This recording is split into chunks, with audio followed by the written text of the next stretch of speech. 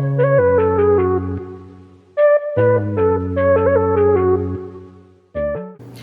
is up, and welcome back to another episode of So There's That. I'm your hostess, doing the mostest, Heughan, and we are here, The Couple Next Door, Season 1, Episode 3, Blurred Boundaries. Okay, the titles are telling you everything that you need to know, so we're literally just gonna get into it. Why? Every time. Stop it. Go lay down. Every time. So we are just going to jump into this.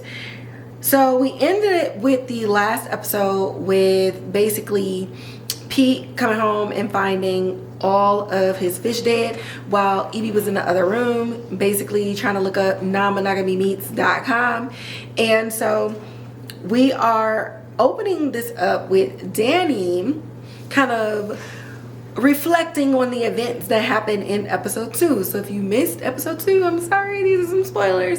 But Danny and Gary were on a job and they were just escorting this vehicle when another vehicle pulled up with a bunch of ladies in it, shot them up, stole whatever was in the vehicle, and then dipped. Okay, so Danny is having some reflections, and Danny knows he's not about this life, yet he keep going back. Sir, you know that this is dangerous. At one point, are you just gonna, like, I don't know, ask for a raise or get like a legitimate side job? I don't know, but this honestly is not worth it. So he's just like shaking it off and just trying to get ready to go for work. So Pete is throwing the fish in the trash when he sees Danny getting ready to leave. So he, you know, jogs across the street a little bit and he's like, hey, were you at this warehouse at this time yesterday? And Danny's like, no, I was out doing something else. Like, why, what's up? And he was just like, oh, nothing. I just was over there and I saw some 2 traffic cops. And I know that sometimes you pull like traffic duty or whatever, but you know, it's all good. And Pete asked him, you know, do you know how to look up information on somebody? And Danny's like, look, good luck on your investigation, but I can't help you with that because I would actually get in trouble at work, but I'm gonna catch you later. And Pete's like, okay, cool. Like, he just walks off. Meanwhile, y'all, Evie is having hella fantasies about Danny. Her outfit is actually fire in her fantasy, I'm not even gonna hold you. But where's my good sis? In a goddamn board meeting, fantasizing about sleeping with Danny and going on a date with Danny and all this other stuff. It's like, when I tell you my good sis is getting a little bit more unhinged in the brain ever since they talked about non-monogamy, like, ma'am, control it, please, okay? And I don't know, it's just seeming real unhealthy from her standpoint right now. So last episode we talked about Alan, and we talked about Alan being a creep, being a pervert, being a stalker, basically. And he didn't like not only how Becka treated him in the class, but he also did not like how Danny came up to him and was like, you better not ever go back to my wife's class. So what did Alan do? Like I said, he turned his sights and attentions on Becka in a way that is going to harm Becka. And what he did was, when he broke into their house and stole their camera and made his own personal recordings on his phone a couple of episodes ago, he compiled all of this, made a website, and posted all of it to the website. He then went to Becca's Facebook page under one of her latest pics and posted the link as an anonymous person. And now all of these comments are coming up like, oh, like, what the fuck? Like, oh, she's such a slut. Oh my God, is she a prostitute? This, that, and the third. And Alan is feeling really good about himself. Why? I don't know, but he's feeling great, okay? At the same time, he's up there doing whatever it is that he does. His wife decided to take things in her own hands, so she got somebody over there scoping out the house, and they're gonna come back in a couple of days on Saturday to actually install the lift because she's done waiting for him. We're at Pete's job, and Pete is working on something about some mutts or whatever that the editor-in-chief was like, y'all need to stop trying to chase like crime and just talk about something else. When Sophie brings over some financial documents about the fake co-director, and turns out they've been putting money into an offshore island in the Cayman Islands, and it's like billions upon billions of dollars. So Sophie's like, go ahead, step away from these dogs, and we're gonna do some real investigative journalism, okay? So all of this has happened. Danny's at work, Pete's at work, Evie's at work, not doing much, and Becka is out just doing her morning jog. And I'm assuming, honestly, I wrote this in my notes. I'm trying to figure out, are we in another day? Because Becca's out on her run when she spots Evie, and she runs over to Evie and she invites her for like a weekend getaway, and Evie's like, okay, well, I have to ask Pete, but you know, I'll see. So again, I don't know if that was the end of the day. It just kind of was framed as like everybody went to work, and then so Becka is out running. If she's doing like a late day run, ooh, good on you, girl, because it'd be hot. But it could have been later on in the afternoon. I'm not 100% sure. But Evie was at home, and Evie is a teacher. So she would be at home if school's out. I'm just making this as, I'm just guessing, right? Okay. So at work, at the station, Danny and Gary are checking the CCTV because there was a report of a crash and some abandoned motorcycles in the vehicle, and obviously it was them. But Gary is going through the footage over and over and over just to make sure that there's no identifying marks, so that their police chief doesn't see that it's them, and everything looks good and in the clear. But then Danny is back on his bullshit again, talking about, you need to clean this up. I told you I didn't want no parts in this. Like, bro, you hit him up both times. Even with the first time when y'all got caught using the police vehicles. Then you said, I'm done. Then you reached out and he was like, okay, are you all in? And you said, bet I'm all in. And now you're like, oh, you need to deal with it. Danny, please. Like, you weren't made for this. You're not built for this life. And I really need you to just sit on the outside, because something was stolen from this billionaire criminal, and you're saying Gary can handle it. No. Two of y'all showed up and was responsible for whatever was stolen, and two of y'all will be held accountable. That is not how crime works, bro. Like, you can't just be like, oh, well, you got me in, so it's all on you. No. Bro, you know too much. Hello? You work at the police station. What are we doing? Let's think, Danny. Let's think. Jesus Christ. Anyways, Becka ends up heading to her Wednesday yoga class, and turns out half of the class canceled last minute. Now, Becka don't be on the phone like that at all, so she has no idea what is happening on her Facebook page and underneath her post whatsoever. But she just continues on like she normally does. Like I said last episode, Becka is like a really good person. She's grown on me. I like Becka a lot as a character. Like, love her so much. So Pete finally gets home from work, and Evie is telling him that, hey, I ran into Becka earlier, and I said that we're gonna go with them to like this luxury hotel over the weekend. And Pete's like, okay, and you said yeah without asking me. And she's like, well, okay, then I guess I'll tell her, like, no, we don't want to go on a free getaway weekend, super luxury, da da da. And he was like, okay, and then I'm gonna look like an asshole. So to me in this moment, she's kind of gaslighting him, because she's like, what's your deal, this and the third. But it's like, we haven't spent no time together, and literally ever since his miscarriage, it just seems like you want to constantly be around them.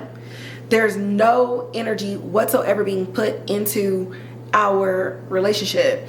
But Pete finally just lets it go. But honestly, like, he's really clocking her teeth right now, because, girl, at first you said you were going to talk to him about it, but then when you ran into Becka later, you're just like, oh yeah, we're going to go. And the only reason you're saying you're going to go is because you're sitting in class fucking fantasizing about your neighbor's man. Mind you, she's been a friend to you, and in none of these fantasies are you fantasizing about both of them. So what's really tea? Like, what's really going on in your head, Evie? Tell me. So in the middle of the night, Evie wakes up to what sounds like somebody screaming literally for their life. So she runs outside and she's trying to figure out like where it is, what's coming from. Does she have a weapon? No. Did she bring her cell phone? No. What you thought you was gonna do if there was a situation where there was somebody out there getting murdered or something? I don't know. But anyways, Danny was outside too, and she ran to him, got freaked out and scared because, you know, it's the middle of the night. And he was like, you know, I thought somebody was out here screaming for help too, but I think it's just the fox. So she was like, oh, well, you know, I'm looking forward to going away this weekend. And Danny is like, wait, what? Because earlier he had like snapped off on Ali, his son, for no reason. And Becca's like, okay, that was uncalled for, but it seems like you're stressed. And you know what? I'm a little stressed too. So how about we have a getaway weekend? But Becca never told him that she invited Pete and Evie first. Okay. So what is my good sis Becca up to? Hey, Bex, what are we doing? All right. So it's the weekend and everybody seems to be having a good time. We get into the hotel room and what was it? I think Pete mentioned something about like the cost of it and how they were able to get it free. And she said like some of the moms gave her like a voucher or whatever to come. And Evie's like, man, like you have so many followers. How are you able to keep up with it? And Becca was like, I literally post and I move on. I don't look at the comments. I don't look at nothing. And Danny's just teasing her like, okay, she's trying to make it sound like all nonchalant, but ask her how long it takes her to even set up to even take these pictures. But you're getting a glimpse into why Becca hasn't seen any of the stuff that Alan has done to her at all. She don't be in the comments. She don't be on none of that stuff. And honestly, that's not like a bad thing, to be honest.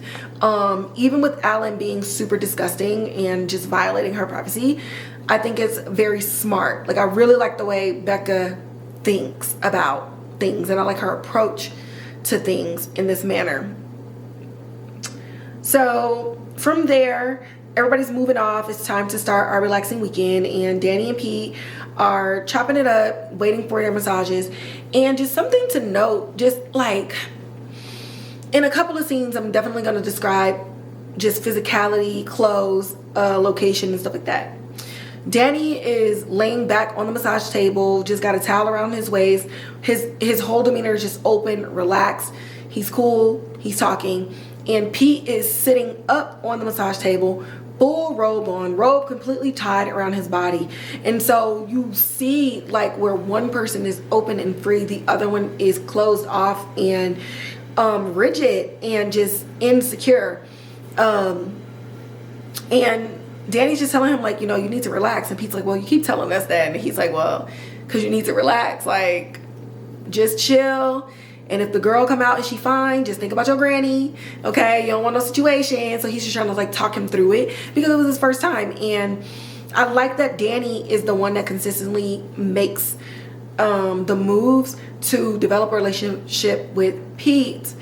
But Pete is aware and has noticed how Evie is acting and how she always wants to be around them. And so it's like Pete is closing himself off to a potential really good friendship to Danny because of his own wife.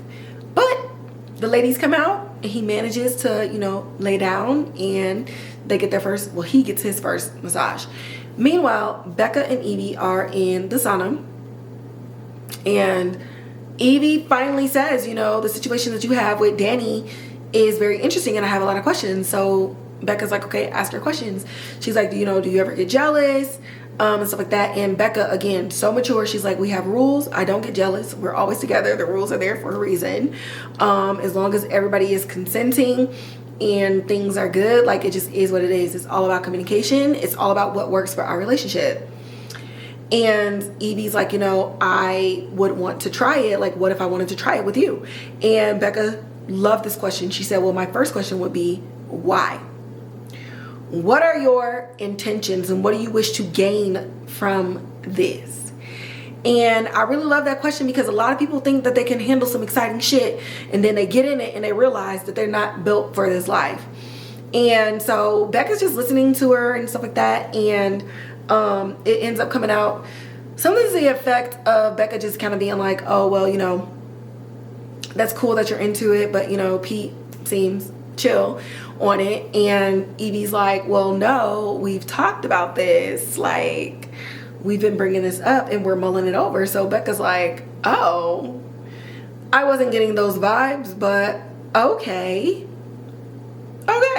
So then at that moment, Danny and Pete come in from their massages, and Evie's asking him, you know, how was it? It was your first one. And he's like, man, I should have got this done a long time ago, all types of stuff. But when they come in there, right? I know I said and but, sorry, English teachers. When they come in there, Danny is like cuddled up into Becca's skin. And Pete and Evie have like a solid 6 inches between them, like 6 to 8 inches between them. And so you get this contrast of both couples, and I love that the cinematographer did this.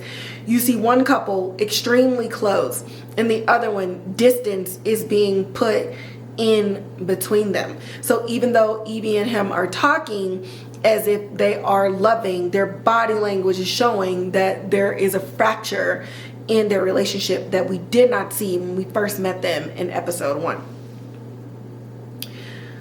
So we're back in there and we're getting ready for the nightfall when Danny is feeling like his old self. You know, he cannot keep his hands off his woman, and Becca's like, there he is. Like, I've been missing my man, and I'm so glad that you're back. Now that you're back, I'm thinking we should cross the line with Pete and Evie. And he's like, look, girl, how many times I gotta tell you about the rules? Like, I can't just have sex with you right now. Like, why do we have to keep bringing this up? And he's like, plus Pete ain't even the type, bro. Like, they're friends, we like them, and Pete is, I already know Pete not gonna be doing this. And she was like, well, Evie explicitly said that they want to. And so Danny's kind of thrown off too. And she was like, look, I know you want her, and I know he wants me, and he seems so innocent, and I just love corrupting the innocence. So what do you say? And he's like, oh, I do want her. Do you want him? And she's like, yes. And so then they seal their plans for their neighbors with a little hanky-panky, right? Meanwhile, in the other room, again, juxtaposition. Evie's getting ready, but Pete is sitting on the bed reading a book. Now, there's nothing inherently wrong with, you know, having different dynamics in the relationship. But even Evie's like, okay, what's wrong? Like, you could just feel the tension and you can cut it with a knife. And Pete's like, don't you think this is a little bit weird? Like, do you think that they lured us here to corrupt us? And so now it's like, Pete is getting a little bit more judgy. Even though last episode he was like, I hope you don't think that we're judging you. Now using words like corrupt and being lured, Evie's like, bro, we are literally 2 grown-ass consenting adults who can leave whenever we want to. What are you talking about? And so she finally just like, okay, you thinking something is gonna happen, okay, nobody came here for anything to happen, but what if something does happen? And so now Pete put the book down because he's like, what do you mean? She's like, if something were to happen between all of us, what would be the big deal? We talked about this. It's something that you know I fantasize about. So does it actually turn you off, or does it turn you on? And so she's kind of turning this around and being a little bit more sensual in her approach. And while Pete's face says, I am unsure about all of this, his body language is saying, this is turning her on, and you know, we haven't had a lot of physical contact, so I'm gonna accept this and see where it goes. So he kind of like leans into like, okay, it could go that way, but it could not. But it's not an adamant no anymore from him. So they are out and they're in the living room and they're playing the game and all this other stuff when the mood in the room suddenly shifts. And Becka leans down in front of Pete, in front of his open legs. And she leans up and she takes his drink from his hand and she starts to kiss him. And he's like looking at Becka, but then trying to stay in the kiss. But then, Becka, looking at Evie and then trying to stay in the kiss, but then looking at Evie and trying to stay in the kiss. And eventually he's like in the kiss. So then Danny gets up and grabs Evie and leads them into the room that Evie and Pete were staying in. But as they're getting ready to walk in, Pete takes one more look at his wife going into the room with Danny before the door closes. And guys, we have been working towards this point for the last 2 episodes, and here we are. We are full blown into the spouse swap. Okay, it is time to get it in. Okay, so now everything is done and the swapping is done. Some people are walking out looking happy, looking glowy and everything like that. Becka finally goes and looks at her phone, and she got hella missed calls, hella missed text messages. All hell is breaking loose on her phone. So she finally sees a text that says, "Go to your post." So she goes into her Facebook and she goes to the post and she sees a link, and when she clicks on it, to her horror, she sees something that should only be between her and her husband plastered all over the internet. All right, let's go back to the person that's responsible for these things. So Alan has gone back and broke into Becka and Danny's house. And while he's out, his wife, the lift is installed, baby. The lift is installed. So she finally glides on upstairs, and she's going into his room, and she's snooping around because she's like, what the fuck are you up here all the time for? You know what I mean? So she goes to the computer and she tries to go in, but there's a password. Now, the way that she reacted lets me know that there didn't used to be a password on this computer. So she's trying a couple of things and she can't get it. She can't get in. So she kind of sits back a little bit frustrated, and she's just looking around the room, and she finally spots the telescope. So she's like, I don't remember us having a telescope, but she'd been clocking, he'd been buying shit on Amazon. So she goes to the telescope and she looks through it, and she's looking at like different people on the street. The one nosiest fucking neighbor next to Alan, to be honest, walking her dog on the street, her little Pomeranian. She's going across all the different doors, and then she finally lands on the bedroom window of Becka and Danny. And at first she's like, that can't be my man. That can't be my man. And she looks back in, and I really like the shot because the camera, it was like she was looking into the camera and like they had it inside of the telescope. Really love that shot. And when she looks again, she sees Alan in the bedroom of Becka and Danny masturbating in their fucking house. So there's that. The Couple Next Door, season 1, episode 3, Blurred Boundaries. Okay, things are kicking up, guys. Things are kicking up. We have swapped genitalia. Okay, Becka is finally aware of what is going on and why her yoga class was half empty. And Alan's wife has finally got up them stairs. I've been waiting 3 episodes, and she finally got up them stairs. Yes, it is confirmed your man is a disgusting POS. But something else that is brewing underneath the surface, but the pot is, kind of bubbling a little bit, is the fracture in Evie and Pete's relationship. Evie is consistently having fantasies about Danny, and there is physical space between them that is highlighting the emotional distance in their relationship as well. And there's an insecurity in Pete that is kind of being brought to the surface a little bit, and he's kind of being coaxed into doing some things that he doesn't want to do out of his love for his wife. But how long will he continue to acquiesce to her demands before he finally snaps? I don't know. We got 3 more episodes to figure this out, and with that, we are gonna wrap up this week's episode. As always, like, share, subscribe, hit the notification bell, leave a comment in the comment box below. Let me know what you think about the show. As always, go ahead and share that Spotify and the Apple Podcast link, and follow me on Instagram at So There's That Podcast, as well as talking all of my shit on Twitter at Kivonchi, as well as at Kivonchi on Blue Sky Social. And with that, I have homework and editing, and I'm sleepy. I will catch y'all next episode.